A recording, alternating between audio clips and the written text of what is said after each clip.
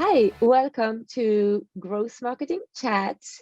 Today I am here with Mike Donnelly. Mike is the CEO and founder of The Seventh Sense, which is a really cool piece of software that help marketers get their audience more engaged with their emails. And I'm going to stop there and let Mike tell us a little bit more about it.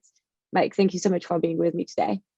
Yeah, Caroline, I appreciate you reaching out and ultimately looking forward to having this discussion.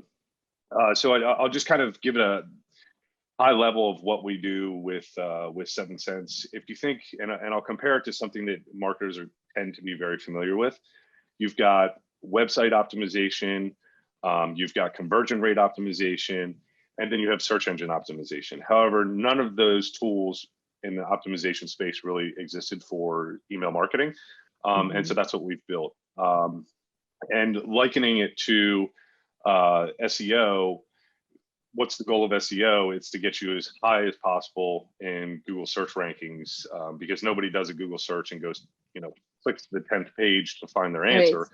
Right. Our goal is to get you as high in the inbox as physically possible, so that your emails get seen and ultimately engaged with. And at a 10,000 foot view, that's kind of who we are, what we do.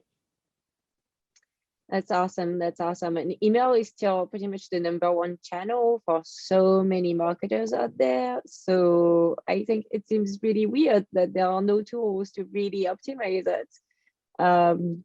But yeah, that's a great tool. I encourage everybody to check it out. But today we're going to talk about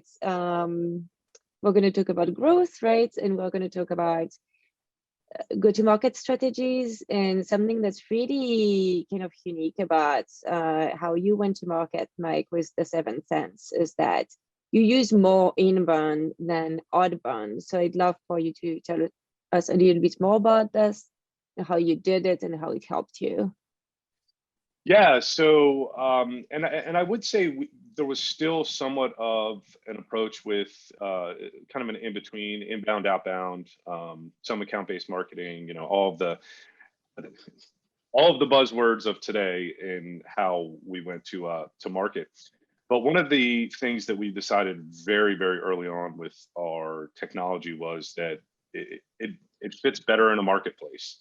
Somebody that has built a platform with APIs that allow you to integrate with them, and just add value on top of their quote unquote platform.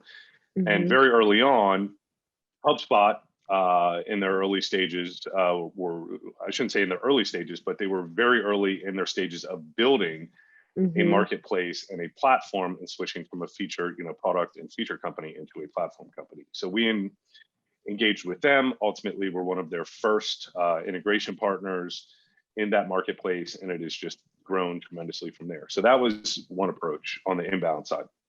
The second was, and I don't know that I was a huge believer in this, because prior to co-founding Seventh Sense, I was a enterprise outside sales rep, and I was very much what they call a hunt, have that kind of hunter mentality, mm-hmm. where it was very much outbound and referral based. And I didn't know of the power of starting to build good content and start ranking for search. And we had written some articles, but we never focused on, doing keyword research. We wanted to make sure that the content was hugely valuable, but we didn't think about the implementation of it on the back end. Mm-hmm. And then once we started writing content in a way that Google would index us and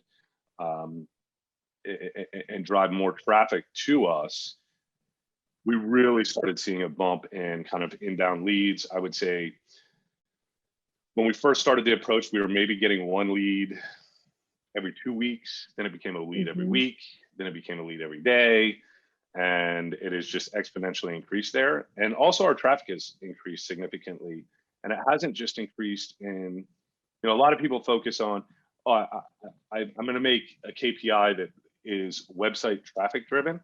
Mm-hmm. Sure, that's important to look at. I mean, our website traffic increased by about 5x over 2 years. But what we were more concerned with or looking at was, what is the quality of that traffic? Yeah. And the quality just continued to go up and up and up and up as we ranked for keywords that we really cared about. Because as any startup type software company, you're going to have, your really early adopters, and the keywords that we ranked for were really around kind of early adopters of technology like ours.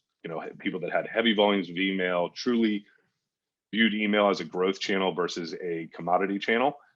And so that's what we were really focused on, was content that would support those people's efforts. And then we've also, again, we've done some outbound where, it's very heavily account, or, we do a lot of upfront research before we'll do any kind of, outreach. We have not done, I shouldn't say we have not done, we've done very, very, very little paid advertising, whether that be in the form of pay-per-click or social advertising. And then as the business has grown, we've obviously got known in the HubSpot marketplace, or HubSpot ecosystem, as well as we also have an integration with Marketo, and that has grown over time. And so we get asked to speak at virtual events, physical events, and that obviously is more of an inbound methodology where we go out, we talk about email marketing, or we talk about a specific topic, and then the next thing you know, more leads come into our funnel. So at a very high level, that's really been our approach. But I'm happy to dive in or dig into anything, any specific questions that you might have. Well, so one of my questions is, when did you start focusing on SEO, or like throughout your growth?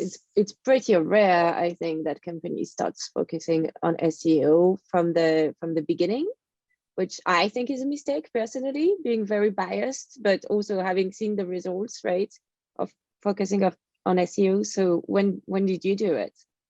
Yeah, so and it's one of those things, as a first-time company founder, I would actually, if I were going to do this again, I would start on SEO day one, because it ultimately takes time, and you learn as things go. Like it's not just, there's no silver bullet or magic wand. Articles that you write that you don't think, and this article is not that, I think it's valuable, but it's probably never going to rank. It's probably not going to get a lot of, search traffic.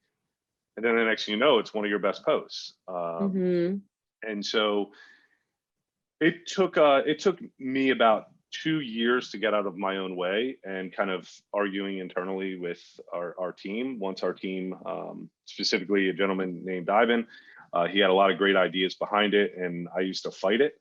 And then he just he stopped telling me that he was doing it. And then 6 months later, he came and showed me the results. And he was like, and you would hear when you would get on the call with people that would be inbound leads that would request a demo or request a conversation. And then you would ask them, how did you hear about us? Well, I was searching for XYZ on Google and your guys' name popped up. I went to your website and I was like, wow, this actually looks like it could solve a significant challenge that I have. Let me see what they have to say. And that's been again, when I started seeing all of those things come together about 6 to 9 months after Ivan really just kind of shut me down and went off and did it as a kind of side project. We became fully vested and kind of all in on that approach. And now one of the things that we do, which I think is a huge missed opportunity, and again, it's one of those things that you learn as time goes on, is taking your assets that are either performing well or are not performing well, and adding to them every 6 to 9, 12 months, rewriting some of the content. And I'm not just talking about changing the publishing date, but making sure that those articles are kept up to date, and new research that is original gets incorporated into those pages, because that will actually drive you even more traffic. And you really can get significant bumps in overall search results when you take that approach of keeping your existing content up to date, or taking your low performing content and adding to it.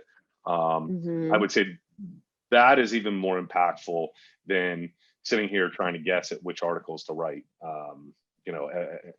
every single week. Right. Yeah, your existing content is so valuable, and you're right, it's totally under leveraged. It's so Yeah. important. Yeah, yeah. Well, great. I think this was really insightful. I love hearing stories of companies that go inbound first. So thank you so much for sharing your experience with us today, Mike. Yeah, thank you, Carolina. I really appreciate you reaching out and having me on. It's great to see you again.